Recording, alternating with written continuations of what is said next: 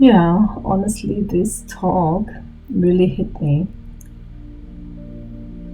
It came right in the perfect moment to me, or let's say to the perfect person. No? And it's funny, but that's how it is. Huh? You always get what is right at that moment. And this talk, I really have to share and committing myself and admitting that I have just that issue that he's talking about. Not the second half, like yeah, you will see, but the first half about this anger issue. And then that you get like, it doesn't work anyway. Or not that it doesn't work, it's not like that with me, but I'm like, I'm not patient enough and not consistent enough, and then I get mad at me and at the world, and yeah, that's how it would occur with me. And enjoy the talk from Eckhart, how he explains it all and how to overcome it. Yeah, it's a perfect little short talk about anger and self-management with anger.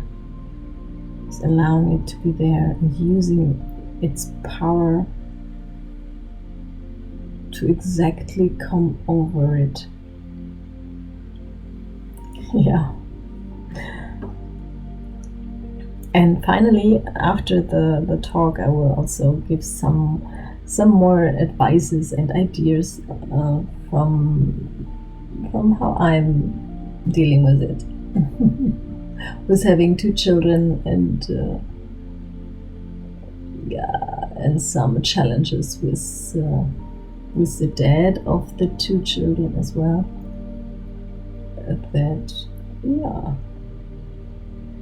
That keep me practicing. Becoming disconnected from that anger and unidentified with it. So have fun, enjoy, and be more nice with yourself. I often feel overwhelmed by anger. So and that anger makes me throw my spiritual practice really out of the window. So it's like a big impotence that I feel, and pessimism. So it's not gonna work anyway. So just the hell with it. And that's one thing. And the other thing is, I also feel very often that something is wrong. So I need to take some action to correct something that probably is just imaginary, so it's unreal. So there is no action needed, most probably, but I have to do something about it. So and I get carried away by that. The feeling that something is wrong, that's not a personal problem of yours, it's a universal human condition, that to carry that feeling inside, that something is wrong, and then the mind looks for what can I do about this, or where is the thing that's wrong, and then it misinterprets situations. So anger. When anger comes, of course, the energy field of it immediately flows into your mind, and the thoughts that you then think are reflections of the anger. The anger makes you think certain thoughts, and as you put it, it says all that spiritual stuff obviously doesn't work.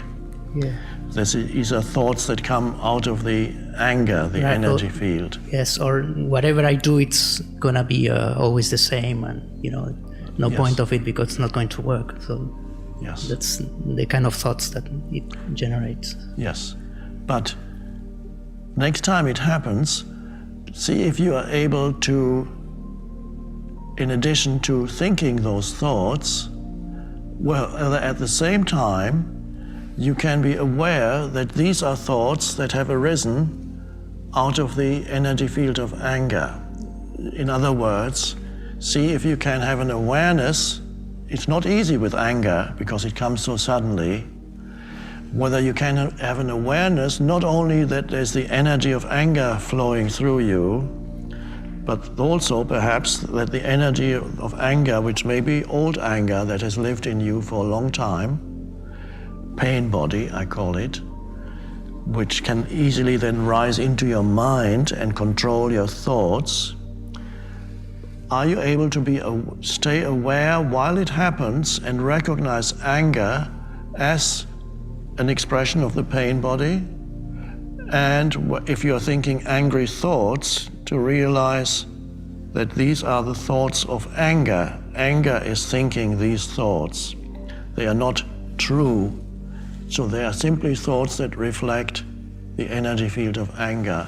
So the experiment then is whether you can stay aware as the observer or the witness of those thoughts and of the energy field of anger. You may not. I'm just suggesting it as an experiment. Whether or not you're able to stay present depends on how much presence there is already in you, how much presence power there is already in you. Perhaps after having spent some time here with us, there may be more presence power in you because this energy field is helpful for drawing that out of you. Once you're there as the witness, then changes begin to happen. You don't even have to do anything. You know what I mean by witness. It's simply to witness, to be aware of the energy so that you don't become completely identified with it. So the witnessing consciousness is in the same way that you now witness perhaps a certain nervousness. Your heart is beating. There may be a certain nervousness as you stand there. And you witness, there's the nervousness and there's the heart beating. And the witness allows everything to be as it is. But there's then a deeper dimension in you from where you can say, my heart is beating. I feel nervous energy inside me. These are still verbalizations, but beyond the verbalization, there's the ability to simply see it, so to speak. Then that will change all the old patterns. The more awareness comes in, the more the old patterns will change. So you don't have to change yourself, because that's complicated. Many people try to do that. I have to change myself. The most powerful, the real change comes with becoming aware of whatever is happening inside you, so that the anger is no longer you, the anger is anger, and you are the awareness. You know it, you see it, you feel it. There it is. And that's the decisive shift from being the anger to having the anger in your energy field and observing it. It's a wonderful shift. So use anger as your spiritual practice. If you fail, of course, anger will immediately say, you see, you failed again, you can't do it. That's the anger speaking. There is something wrong with you. Yes, particularly that there's something wrong with me.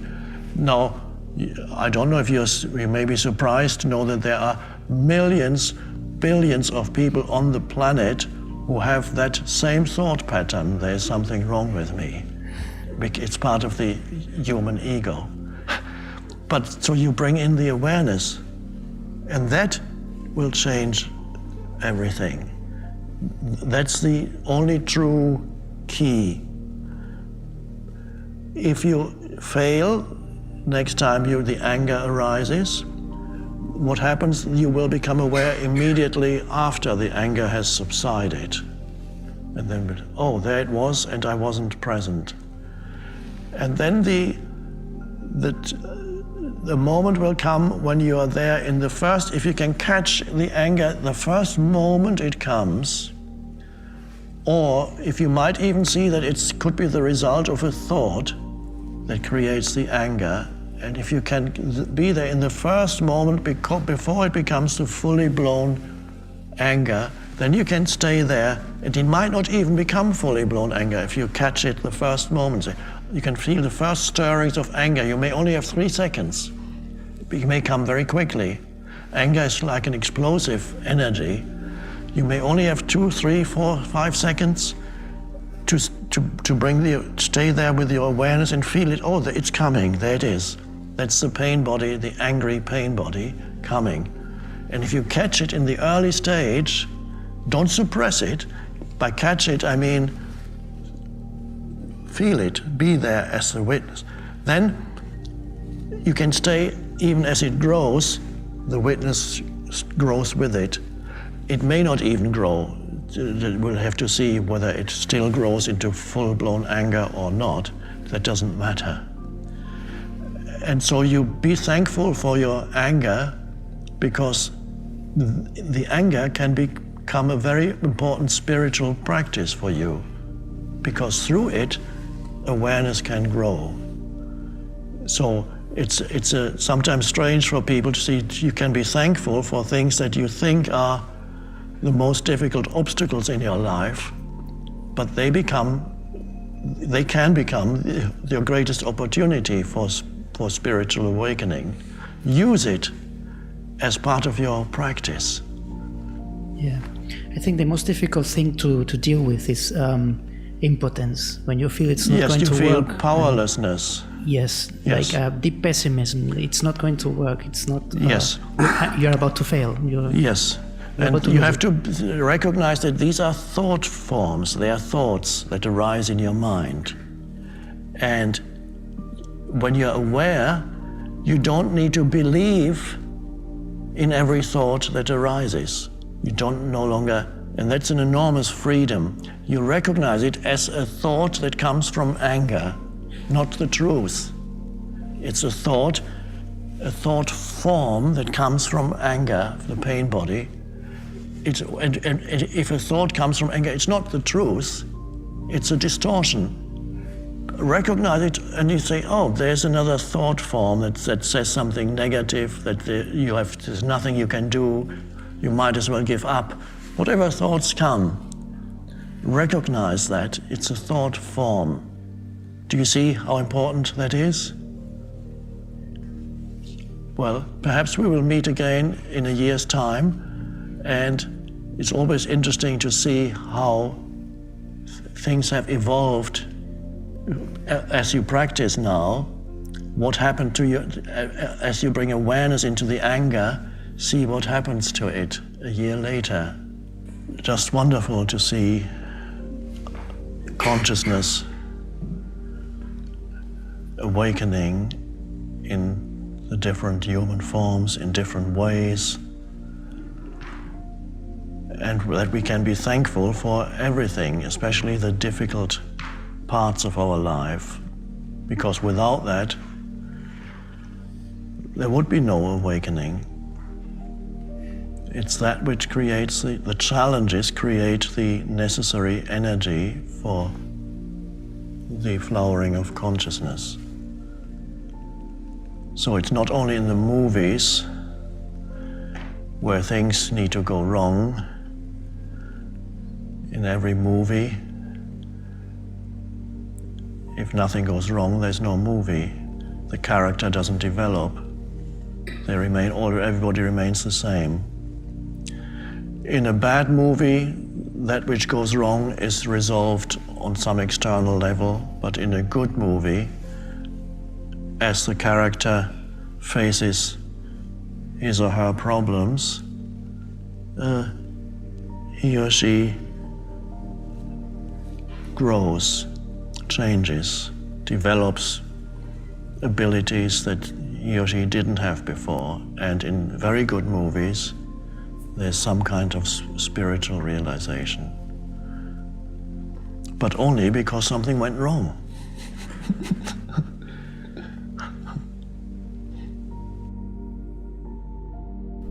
Yes, there we are again. We need the opposites to experience everything there is possible to experience.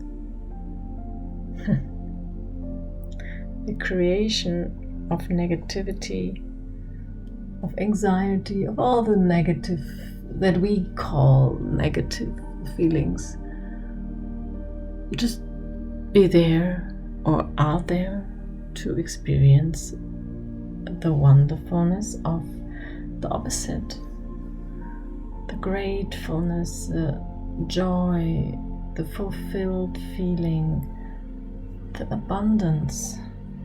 Yeah. And I wanted to give you for anger a little anchor that you can use when you become angry.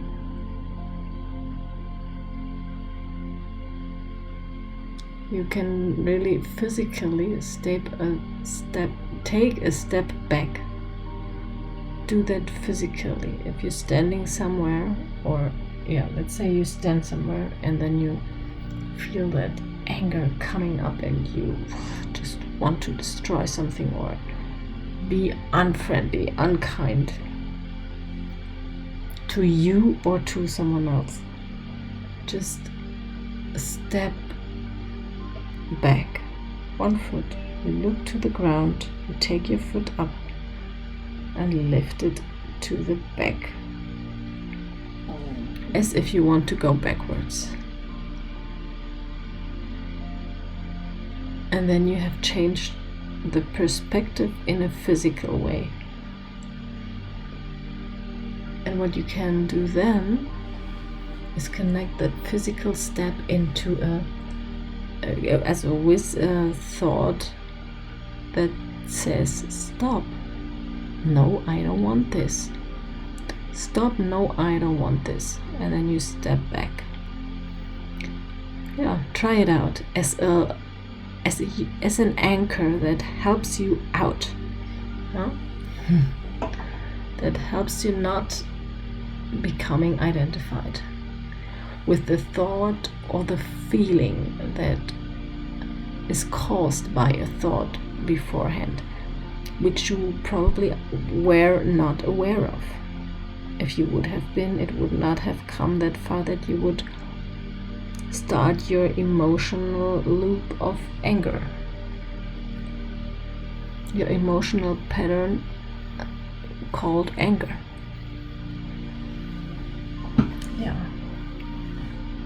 Yeah, try it out and let me know how it worked for you.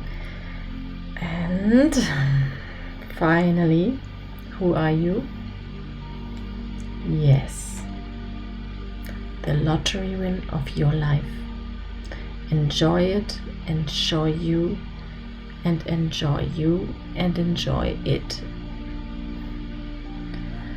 Repetition is the most powerful tool there is out there. So yes, I repeat myself. It's you, it's you, it's you. And I repeat myself also again, take use of the wonderful gift I'm offering for each subscriber here on the channel. Completely free, completely just coming from the joy